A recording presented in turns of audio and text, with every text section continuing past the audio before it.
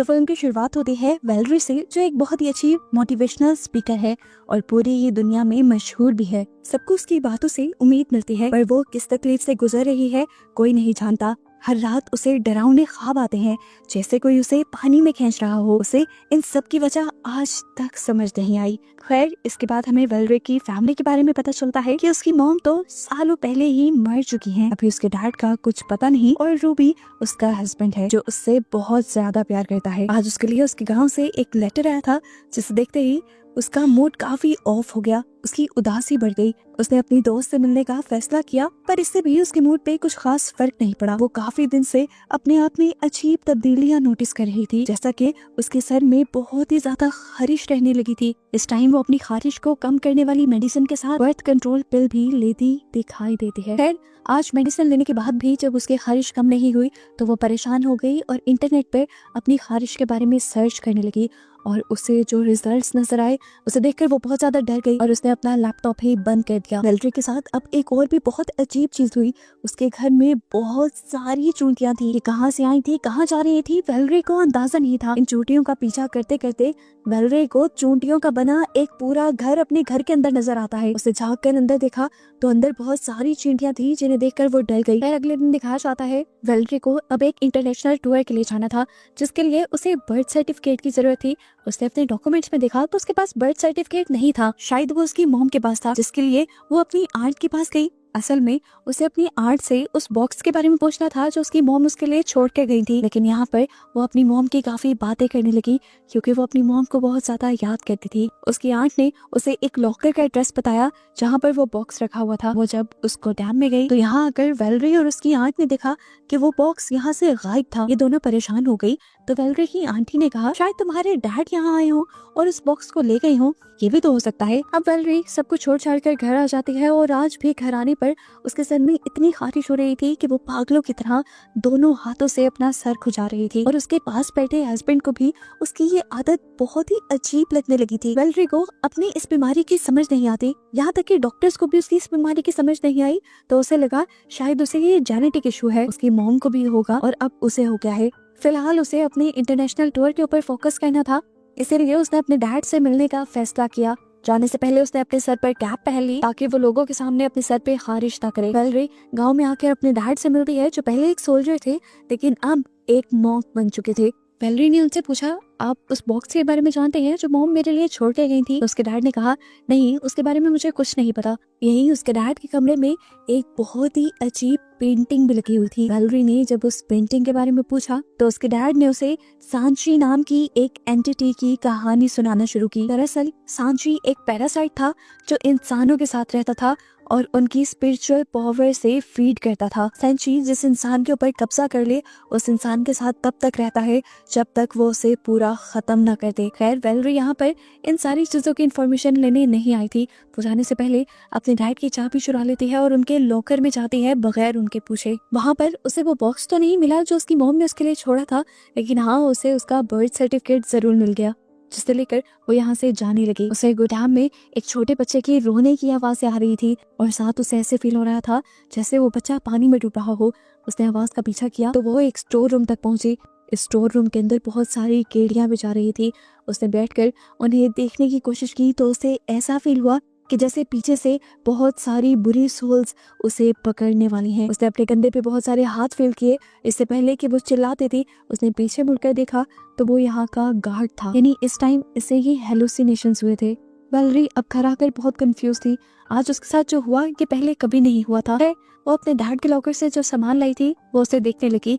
इसमें उनकी फैमिली की पुरानी पिक्चर्स थी, उसके डैड की भी और उसकी मॉम की भी, उस टाइम की जब उसके डैड एक सोल्जर हुआ करते थे और उसकी मॉम एक बहुत ही खूबसूरत औरत थी। ये सब देखते हुए वेलरी को एहसास हुआ कि उसे आज तक ये मालूम ही नहीं कि उसकी मॉम की मौत हुई कैसे थी। इन्हीं पिक्चर्स में वेलरी अपनी मॉम के हाथ पे एक वैसा ही एलर्जी का निशान नोटिस करती है जो उसने अपनी एलर्जी को सर्च करते हुए इंटरनेट पे देखा था। और यहाँ से उसे कंफर्म हो गया कि उसे आजकल जो बीमारी है वो पहले उसकी मॉम को भी थी और इसका ताल्लुक उसकी मॉम से ही है। वेलरी की इस बीमारी ने उसे बहुत ज्यादा चिड़चिड़ा भी बना दिया था, यहाँ तक कि वो अपने हस्बैंड रूबी से भी अब अच्छा बिहेव नहीं करती थी। वो बहुत चिड़चिड़ी रहती थी। आज तो उसने फैसला कर लिया था कि आज रात को वो अपना सर नहीं भुजाएगी, इसीलिए वो अपने हाथों पर ग्लव्स पहनकर अपने हाथों को बांधकर सो जाती है। और सुबह उसकी आंख एक बहुत ही बुरे झटके से खुलती है। उसने देखा कि उसके हाथों पर अब ग्लव्स नहीं थे और उसने अपने सर को खुचा कर अपने स्कैल्प को इतना जख्मी कर लिया था कि उसमें से बहुत ज्यादा खून आ रहा था, जो देखकर वो डर गई। वो अपनी मॉम की उस पिक्चर को लेकर अपनी आंटी के पास जाती है जिसमें उनकी एलर्जी दिखाई गई थी। उसे देखकर आंटी उदास हो जाती हैं और वेलेरी को बताती हैं कि तुम्हारी मॉम पर शायद कोई कर्ज था, कोई श्राप था, जिसकी वजह से वो मर गई। मैंने उसे बचाने की बहुत कोशिश की पर कोई फायदा नहीं हुआ। वेलेरी ने सवाल किया कि डैड ने इस सब के बारे में क्या किया। उन्होंने उसे डैड के बारे में कुछ नहीं बताया, बस इतना ही कहा कि तुम अपने डैड से दूर रहना। कुछ देर बाद वेलेरी को एक फोटो शूट के लिए जाना था, जहाँ पर हैवी लाइट्स के अपने साए के साथ वो देखती है कि उसके साए के साथ कोई और भी खड़ा है, जिसे देखकर वो बुरी तरह डर गई।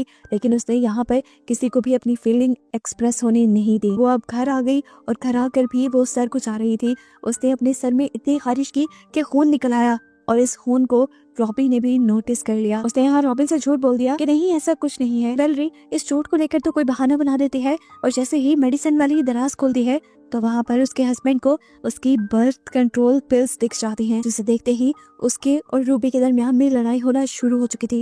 वेलेरी भी गुस्से में थी, वो अपने आप से जूझ रही थी। ऐसे में उसने रूबी से कह दिया, ठीक है, तुम मुझसे दूर ही रहो, यही बेहतर है। और इस तरह उनके रिश्ते में दरार आना शुरू हो गई। वेलेरी अब अकेले अपने रूम में रह रही थी। उसने अब सोच लिया था कि हर रात वो अपना सर नहीं खुजाएगी, इसीलिए रात में वो अपने हाथों को बांध कर सोई। लेकिन जब सुबह उठी तो वो परेशान हो गई क्योंकि उसके हाथ खुल चुके थे और उसने आज भी अपने स्कैल्प से खून निकाल लिया था। वो अब इतनी बात समझ गई थी कि उसके साथ जो कुछ भी हो रहा है इसमें कोई दूसरी एंटिटी इन्वॉल्व है, क्योंकि वो खुद अपने हाथ नहीं खोल सकती थी। ये कंफर्म था कि रात में किसी और ने उसके हाथ खोले थे। उठते ही वेलेरी दोबारा अपने घर में बहुत सारी चूंटियों को नोटिस करती है। वो परेशान हो जाती है और इन चूंटियों का पीछा करते करते उनके घर तक पहुंचती है। वो देखना चाहती थी आखिर ये चूंटियां करती क्या है, इसीलिए वो अपनी घर की दीवार तोड़ने लग जाती है और तभी उसके घर पर नॉक हो जाता है। बाहर देखने को मिला कि उसके डैड आए हुए थे। उसके डैड वेलेरी के लिए बहुत ज्यादा परेशान थे। उन्होंने कहा कि तुम मेरी कॉल नहीं उठा रही थी तो परेशानी में मैं बस यहीं चला आया। वो इस टाइम वेलेरी को कुछ बताना चाहते थे। वो बात शुरू करते हैं वेलेरी की मॉम से। वो बताते हैं कि वेलेरी, तुम्हारी मॉम एक बहुत अच्छी इंसान थी और आज मैं तुम्हें बताता हूँ कि उनकी मौत कैसे हुई। सालों पहले मैं एक सोल्जर हुआ करता था और मैंने अपनी एक दुश्मन फौजी को मारा था। वो एक लड़की थी, न जाने उसके अंदर क्या ताकत थी जो उसके मरने के बाद मेरे साथ मेरे अंदर आ गई और मेरी वजह से वो तुम्हारी मॉम के साथ जुड़ गई। मुझे बाद में पता चला कि वो एक सेंची है और जब मुझे ये बात मालूम हुई तो मैंने तुम्हारी मॉम की उस सेंची पैरासाइट से जान छुड़ाने की बहुत कोशिश की, लेकिन मैं नाकाम रहा। फिर तुम पैदा हो गई और फिर वो सेंची पैरासाइट तुम्हारे अंदर आ गया और तुम्हारे साथ मैं जानता हूँ आजकल बहुत अजीबोगरीब वाक़ये हो रहे हैं और इन सब के पीछे वो सेंची ही है। वेलेरी के डैड जानते थे कि वेलेरी इन सारी बातों को जानने के बाद बहुत ज्यादा रिएक्ट करेगी, इसीलिए वो उसकी चाय में नींद की गोलियां मिलाकर लाए थे, जिसकी वजह से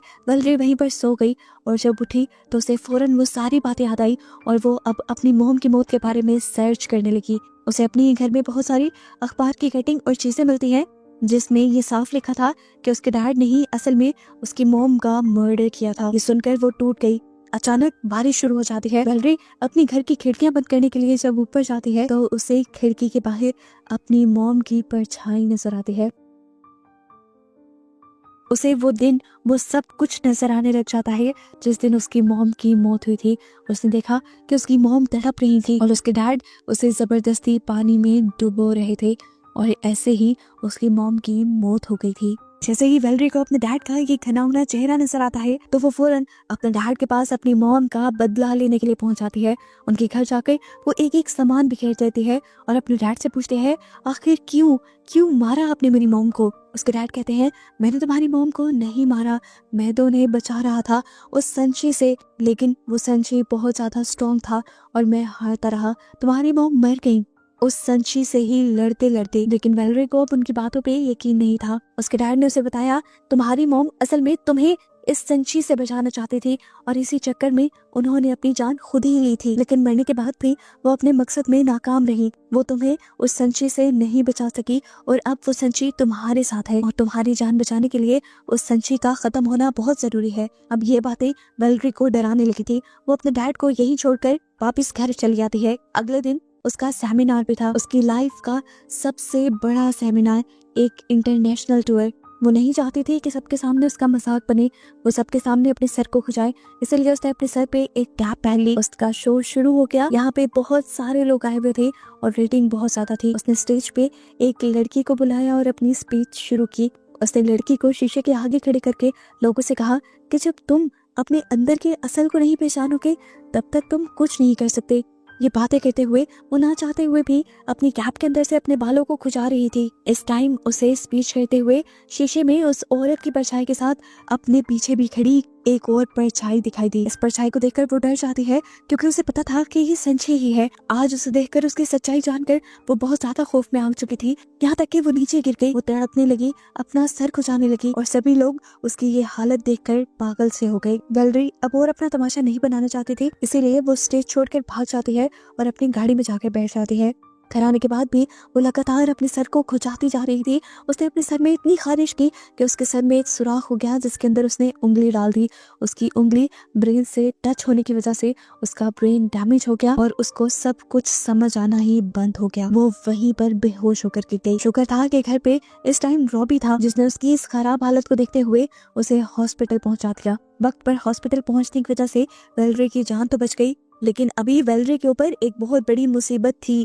वो संशय अभी भी वेलेरी के साथ ही था, जिसे हॉस्पिटल के डार्क एनवायरनमेंट में पहली मर्तबा क्लियर दिखाया जाता है। वो इस टाइम वेलेरी के ऊपर चढ़ा हुआ था, उसे तंग कर रहा था, लेकिन इस टाइम वेलेरी उसे डर नहीं रही थी, चिल्ला नहीं रही थी। वो वेलेरी के सर में हाथ मार रहा था जिससे उसके सर में खारिश हो रही थी, लेकिन वेलेरी ने अभी भी अपने सर में खारिश नहीं की क्योंकि अब वो जान गई है सच्चाई। वो अब इससे डरती नहीं, वो इसका मुकाबला करना चाहती है। जैसे ही वेलेरी ने अपने डर का सामना करना शुरू किया तो उसकी हालत पहले से बेहतर होने लगी। संशय का कंट्रोल उसके ऊपर से कुछ कम होने लगा और उसकी बेहतर हालत का कुछ क्रेडिट रॉबी को भी जाता है, जो उसका आजकल बहुत ज्यादा ख्याल रख रहा था। वो हमेशा अब वेलेरी को उसके सर पे हाथ लगाने से मना कर रहा था क्योंकि सर पे हाथ लगाने की वजह से उसकी बॉडी के काफी हिस्से पैरालाइज हो चुके थे, यहाँ तक कि उसके पाँव भी, और अब उसे चलने में काफी मुश्किल होती थी।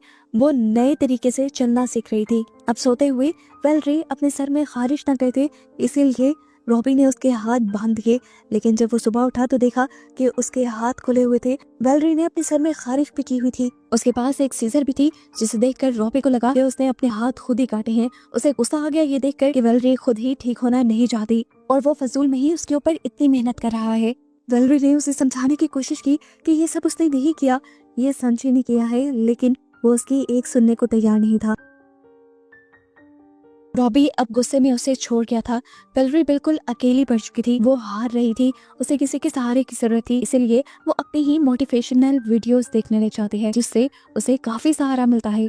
उसने फैसला कर लिया था कि अब वो उस एंटिटी से यानी संशय से खुद लड़ेगी ताकि ये सारे मसले हल हो जाएं। रात में उसने रॉबी को बेहोशी की दवाई देकर सुला दिया और फिर वो अपने एक रूम में आ गई जहाँ पर बहुत सारे मिरर्स थे। यहाँ आते ही वो जोर जोर से चिल्लाने लगी, बताओ तुम कौन हो, मुझसे क्या चाहती हो, मेरे सामने आओ। काफी देर तक उनके सामने कोई नहीं आया, पर कुछ ही देर बाद एक शीशे में से एक डरावना हाथ निकला जिसने पीछे से आकर वेलेरी को पकड़ लिया। यह हाथ असल में संशय का ही था, जो एंटिटी अब फाइनली उसके सामने आ चुकी थी। वो सामने आकर अपनी डरावनी आवाज में वेलेरी से कहते हैं कि मैं तुम्हें नहीं छोड़ूंगा। उसने अब वेलेरी को पकड़ लिया था और उसके गर्दन पे चाकू रख दिया था। वेलेरी भी खौफ के मारे डरी और उसने जोर से चीख मारी, जिसकी वजह से यहाँ रॉबी को भी होश आ गया और उसने अपने आप को बेड से बंधा पाया। वो अपने हाथ पांव को छुड़वाने की कोशिश करता है और वेलेरी को आवाज लगाता है। दूसरी तरफ हमें वेलेरी को दिखाया जाता है जो अब अपने हाथ को काटने की तैयारी कर रही है ताकि वो कभी अपने सर को खुजा ही ना पाए। उसने अपने हाथ पे एक मार्क बनाया और उसे एक कटर के नीचे रख दिया, लेकिन कोई भी इंसान अपने आप को इतना दुख कैसे पहुंचा सकता था। वो कई मर्तबा हौसला करने पर भी अपना हाथ नहीं काट पाई, लेकिन फिर वो एक मर्तबा हिम्मत करती है और तेजी से मशीन के सामने आकर मशीन के नीचे अपना हाथ रखकर एकदम से उसके ऊपर वो कटर चला देती है। हाथ से शर करके खून निकलकर उसके मुंह पे गिर जाता है और उसका हाथ, इससे उसे बहुत ज्यादा दर्द हुआ था। खून भी उसका बहुत ज्यादा निकल रहा था, जिस पर चीजें बांध बांध कर उसने कंट्रोल करने की कोशिश की। इस हाथ का खून रोकने के बाद उसने अपने मुंह से खून साफ किया और फैसला किया कि वो अब अपने दूसरे हाथ को भी काट देगी।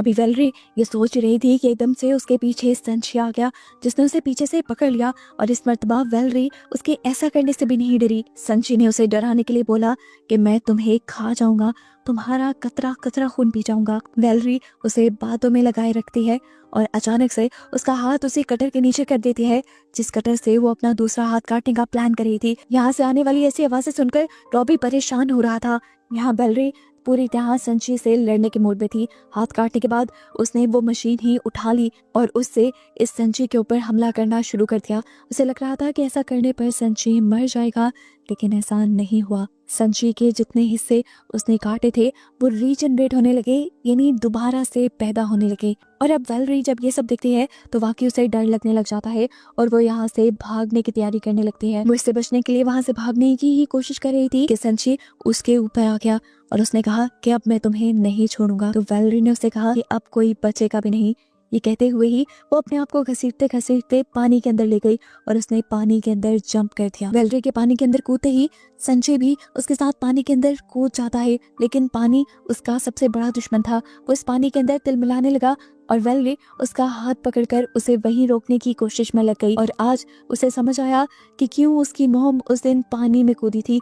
वो उसी संजय को मारने के लिए कूदी थी और उसकी मॉम के मर्डर में उसके डैड का कोई हाथ नहीं था। उसकी मॉम की मौत इसी संजय की वजह से हुई थी, उनकी मौत कोई मर्डर नहीं था।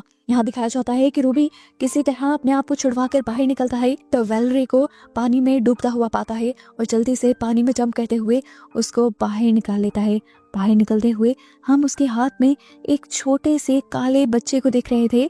ये संची का ही छोटा वेरिएंट था, मतलब कि संची अब कमजोर हो गया था और कुछ ही देर में पानी में रखने पर वो इस पानी में ही हल होकर खत्म हो जाता है। कहानी के पोस्ट क्रेडिट सीन्स में हमें वेलरी को दिखाया जाता है जिसके पास एक बेबी भी था। दिखाया गया कि उसका कटा हाथ जोड़ दिया गया था और वो अपने बेबी के साथ बहुत खुश थी। वो जब अपने बेटे को खिला रही थी तो उस टाइम उसके बेटे के फेस पे एक छोटे से बग को दिखाया जाता है, जो हमारे लिए एक सवाल छोड़ जाता है कि क्या सच में संची खत्म हुआ भी है कि नहीं। और बस इसी के साथ ये मूवी यहीं पर एंड हो जाती है।